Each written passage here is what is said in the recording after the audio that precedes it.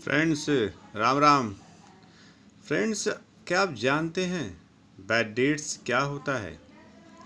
हमें जानते हैं फ्रेंड्स कि एंटिटी गुड्स और सर्विस का जो सेल परचेज करती है वो कैश बेसिस और क्रेडिट बेसिस पे करती है। जब एंटिटी कोई ट्रांजैक्शन कैश बेसिस पे करती है तो वहाँ पे कोई अमाउंट रिकवर करने का रिस्क नहीं होता, क्योंकि ये प्रॉम्प्ट पेमेंट होता है। इमिडिएटली जैसे ही ट्रांजैक्शंस कंप्लीट होता है वैसे ही पेमेंट रिसीव्ड हो जाता है या पेमेंट वहाँ पे पे आउट किया जाता है। फिर प्रॉब्लम्स आती है फ्रेंड जबकि ट्रांजैक्शंस क्रेडिट बेसिस पे होता है। फ्रेंड्स, जब कोई एंटिटी किसी दूसरे एंटिटी को गुड्स या सर्विस क्रेडिट यानी उधार पर बेचती है तो वहाँ पे उसके अमाउंट को रिकवर करने की जो रिस्क होती है वो बनी रहती है।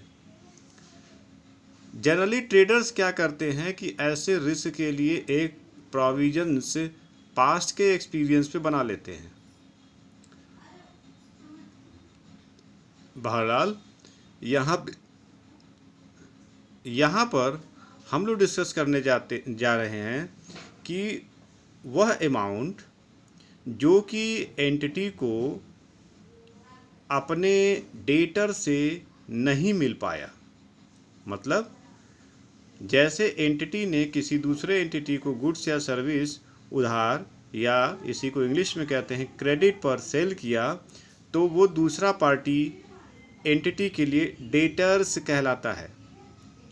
अब ये डेटर्स की रिस्पॉन्सिबिलिटी है कि वो एंटिटी को पेमेंट करे, लेकिन जब एंटिटी को पेमेंट रिसीव नहीं हो पाता है और एंटिटी क्या करती है, एफर्ट्स करती है, लीगल एफर्ट्स करती है, सोशल एफर्ट्स करती है, फिर भी उसे पैसा नहीं मिल पाता है, तो जो पैसा उसे अपने डेटर्स से यानी जिसको कि उसने क्रेडिट पे गुड्स या सर्विस सेल किया है नहीं मिल पाता है, उसी को हम कहते हैं बैड डेट्स।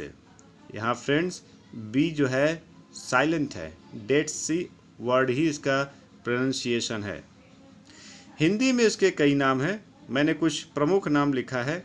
बैड डेट्स को डूबत ऋण कहते हैं, बट्टा खाता कहते हैं। बट्टा खाता देख के जो स्टूडेंट्स हैं वो कंफ्यूज होते हैं कि ये डिस्काउंट तो नहीं, लेकिन बट्टा खाता मतलब होता है, ये व्यवहारिक भाषा है कि बट्टे खाते में डाल दो भाई, मतलब वो डूब गया। और जो एक टेक्निकल है इसका है वो अशोध्य ऋण है, जिसका शोधन न हुआ, जिसका रिडम्पशन न हुआ है, उसको कहते हैं अशोध्य ऋण।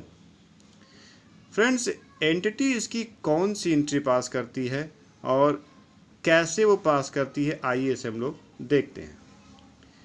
एक एग्जाम्पल मैंने लिया यहाँ पर है, entity incurred total bad debts amounting ₹5,000 during the year. Entity के जो डेटर्स हैं उन्होंने इसको 5,000 रुपया नहीं दिया मतलब ये नहीं कि आज नहीं दिया तो हम कल देंगे, ऐसा कुछ नहीं। ये डिक्लेयर्ड हो गया है कि अब वो लोग पैसा नहीं दे पाएंगे। अब ये रीज़न हो सकता है कोई इंसॉल्वेंसी हो, या डेटर ही ना रहा हो, या बिजनेस ही चला गया हो, या डेटर का पता ही ना हो। ये बहुत सारे रीज़न हो सकते हैं जिसकी वजह से एंटिटी ने ये एस्टिमेट कर लिया कि अब ये पैसा हमको नहीं मिलना है। तो पहली एंट्री पास करता है entity bad debts account debit. ये नॉमिनल अकाउंट में लॉस को डेबिट किया जाता है, इसलिए डेबिट हो गया। और चूंकि डेटर्स ने पैसा नहीं दिया तो अब इस पैसे को हम एज्यूम कर लेते हैं कि डेटर ने पैसा दे दिया, क्योंकि वो डूब गया तो डेटर तो पैसा देना नहीं है। तो डेटर्स हमेशा डेबिट होता है, तो उसको हमको क्रेडिट करना पड़ेगा एडजस्ट करने के लिए। तो एज्यूम किया गया कि ये पैसा हमको मिल गया। तो पहली एंट्री हुई bad debts account debit to debtors account being bad debts incurred. जितने रुपए से बैड डेट्स हुआ है उतने रुपए से हम डेबिट और क्रेडिट करेंगे। चूँकि बैड डेट्स जो होता है एक प्रकार से लॉस होता है, तो प्रॉफिट एंड लॉस अकाउंट में ट्रांसफ़र भी होना चाहिए उसका। तो दूसरी एंटिटी करती है profit and loss account debit to bad debts. जो अमाउंट बैड डेट्स का है वो अमाउंट यहाँ क्या होगा, राइट ऑफ हो जाएगा। फ्रेंड्स, जनरली क्या होता है कि एंटिटी इसका प्रोविजंस कर लेता है प्रॉफिट एंड लॉस अकाउंट से। मैंने यह एजम्पशन लिया है कि एंटिटी ने कोई भी प्रोविजंस बैड डेट्स के रिगार्ड्स में नहीं किया है, और उस केस में अगर बैड डेट्स होता है तो एंटिटी कौन सी एंट्री पास करती है। फ्रेंड्स, इस वीडियो में बैड डेट्स के रिगार्ड में इतना ही। अगर कोई आपको क्वेरी होती है तो आप मुझे व्हाट्सएप नंबर या मुझे मेल पे इन अपना क्वेश्चन या क्वेरी सेंड कर सकते हैं। राम राम फ्रेंड्स।